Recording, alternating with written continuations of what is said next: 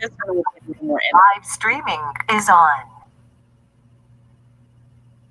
Hi, good morning, everyone. We are here for writing part 2. We have Mason with us this morning, and I hope that you were there for part 1. Some of you I know have your task exams coming up tomorrow, and we will help you, get your essays as ready for all of this as we possibly can. There'll be 2 types of essays that you could be called to write, and one is informational and one is argumentative. And so when you have an argumentative essay, you have to show the relationships between your claim, your evidence, and your reasoning, why you feel the way you feel. It has to all make sense. So the first thing that you would do is to make your claim, and you want to draw the writer in. Then you're going to develop your claim with supporting claims, reasoning, and valid, meaning evidence that is related to your claim. When you write these argumentative essays, you're going to use the information, the facts that they give you. They don't want you drawing in personal experiences.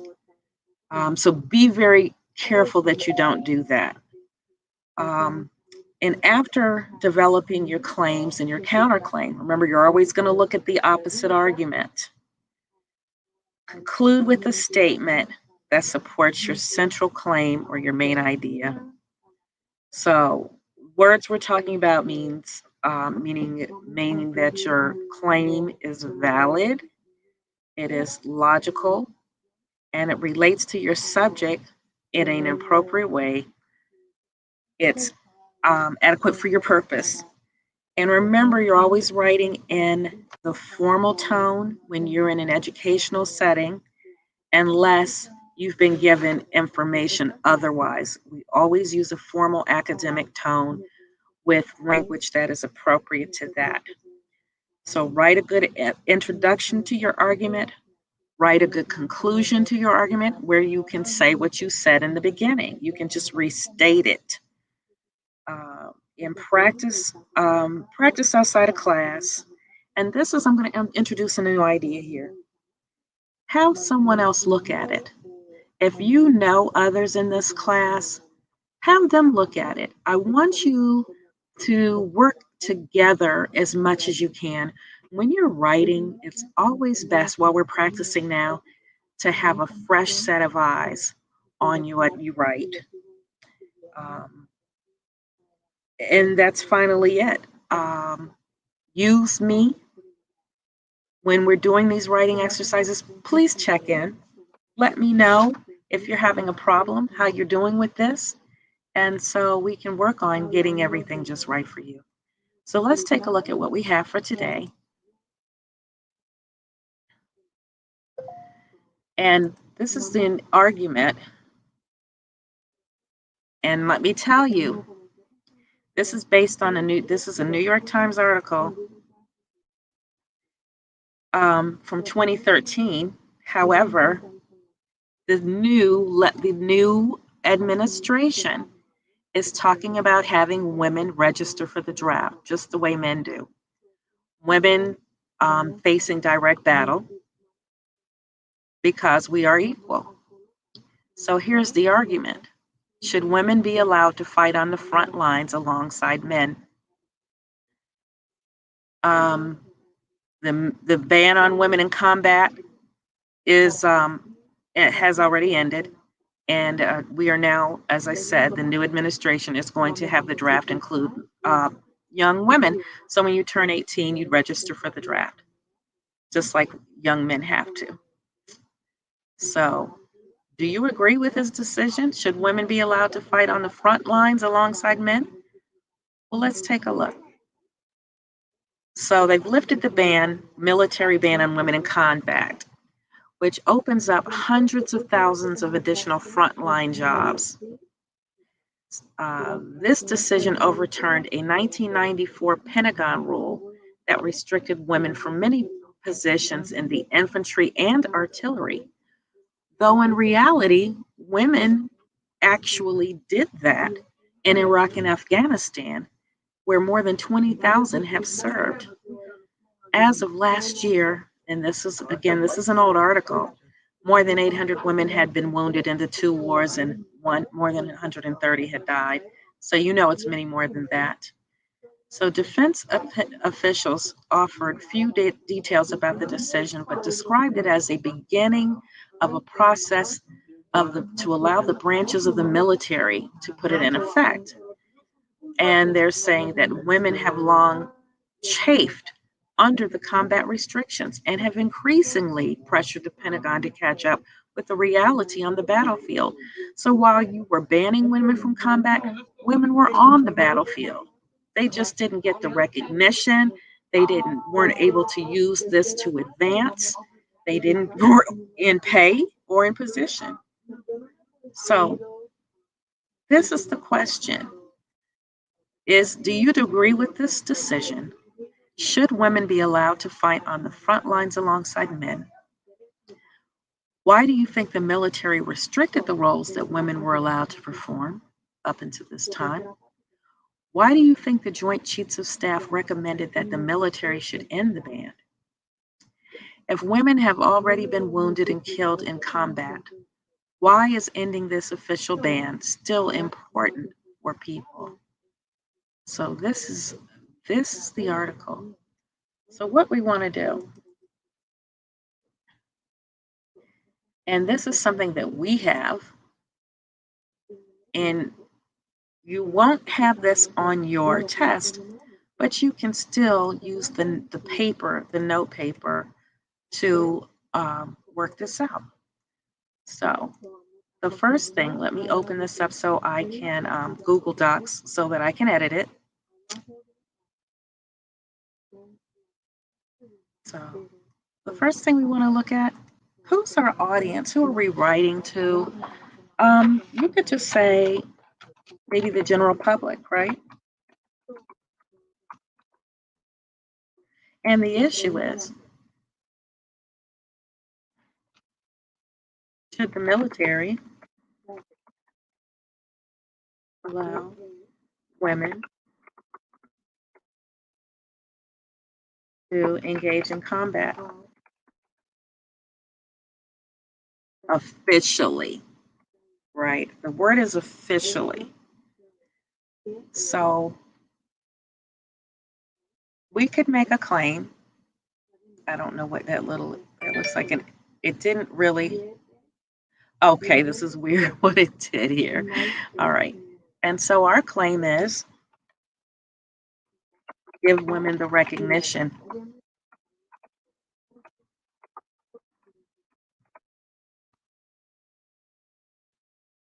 for the combat work they already do.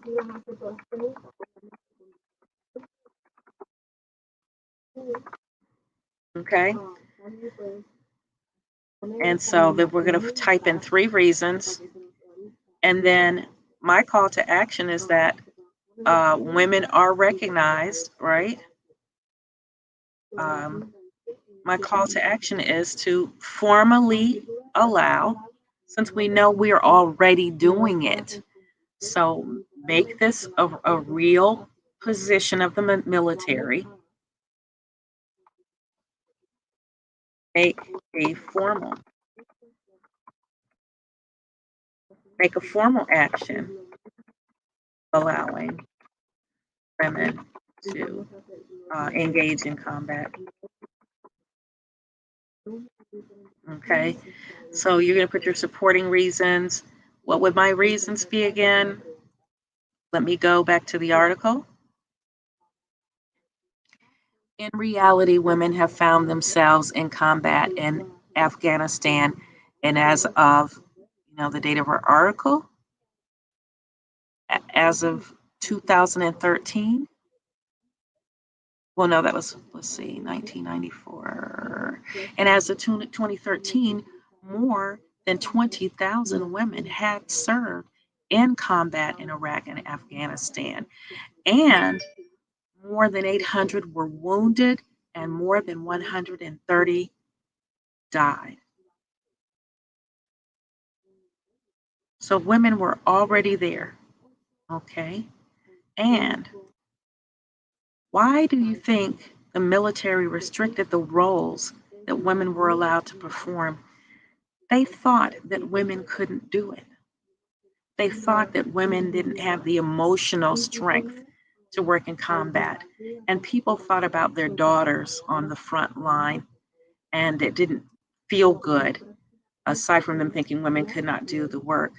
They had a different feeling about their daughters than their sons. And um, women should be paid. This is our argument, right? They should be recognized. So let's start talking. Where'd my paper go? Here we go. So let's start talking about it. Reason number one, they are already there, already on the front line.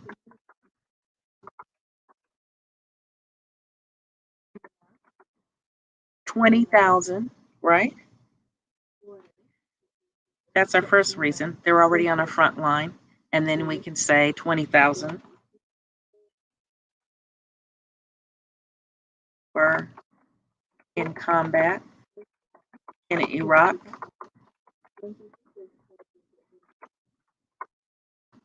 and Afghanistan. Afghan. I think I spelled it wrong, but we'll see. How many did they say died? Let's go back to our article. Then you want to put facts. And more than 800 had been wounded, and more than 130 died. Okay.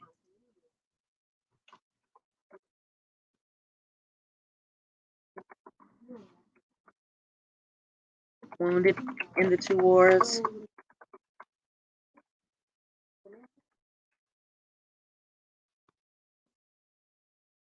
And over 130 died, right?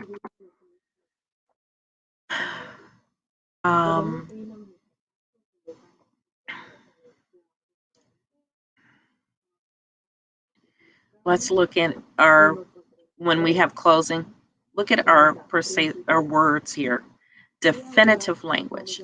Definitely, of course, it is a fact, without a doubt, absolutely, clearly, undoubtedly, certainly, undeniably, positively, unquestionably, naturally, obviously, irrefutable, indisputable. Those are words that we can use.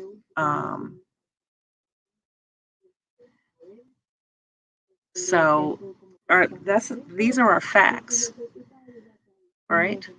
Supporting evidence too. We can give the reason. We can give the counter reason, which really doesn't make any sense. You know what? They're already there. We can also say that these women are professionals. They perform the job, right? Reason two, women are ready, willing, and able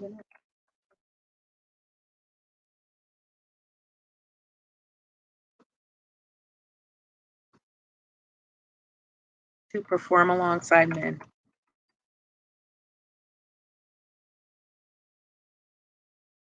Alongside men.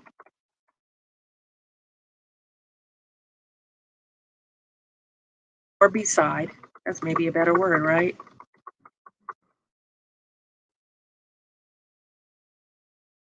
In combat situations.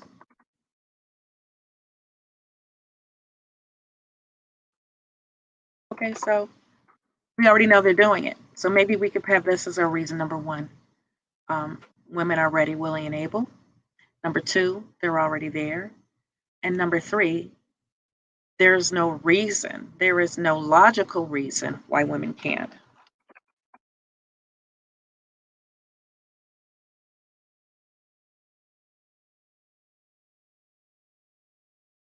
Women can't do this work.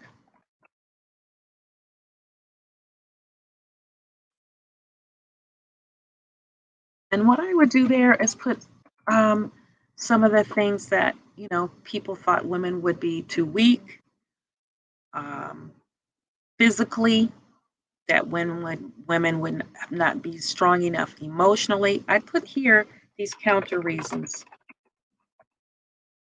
And then okay, so here we would think, let's do it here, a counter argument. Women are too weak to perform on the battlefield.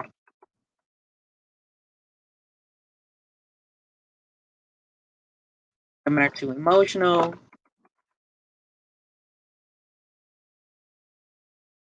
And people didn't want their girls there. Society has had a hard time accepting girls in combat, women in combat. However, they're already there. They're performing well. They're doing their job. So, yes, make it formal that women are recognized and acknowledged as being as effective, as giving it all, the same way that men have, right? So that's 3 different reasons, even though this is a mess here, trying to do in Google Docs. And so then finally, we were going to say that the military, let's go back to our essay. The military should lift the ban on women in combat because it will open thousands of additional frontline jobs to them. What is our reason? Making them available for more pay and to get better jobs and to be recognized for the job they are already performing and the sacrifice some have made in their lives. So that would be my closing statement. They're already there. We're doing the job. So recognize the work we're doing. There are women who join the military every day and do very good work, and some sacrifice their lives. So as we know, we can do anything they can do. So that would be it. That would be my closing. Remember when you're writing an essay to address the counter argument. Always, always, always. I'm sorry this organizer is a kind of a mess, but notice that there are 3 points of supporting evidence. Then we have our closing. We have our introduction. And you should have at least 3 reasons with supporting evidence, 3 to 5. 5 is beautiful. In fact, aim for 5. And that's it. Anybody needing help working on these essays right now, holla at your girl. You know where I am. So that's all we have for today. And as always, ask questions. And everyone take care. And hopefully I will see you at 11:30 for science.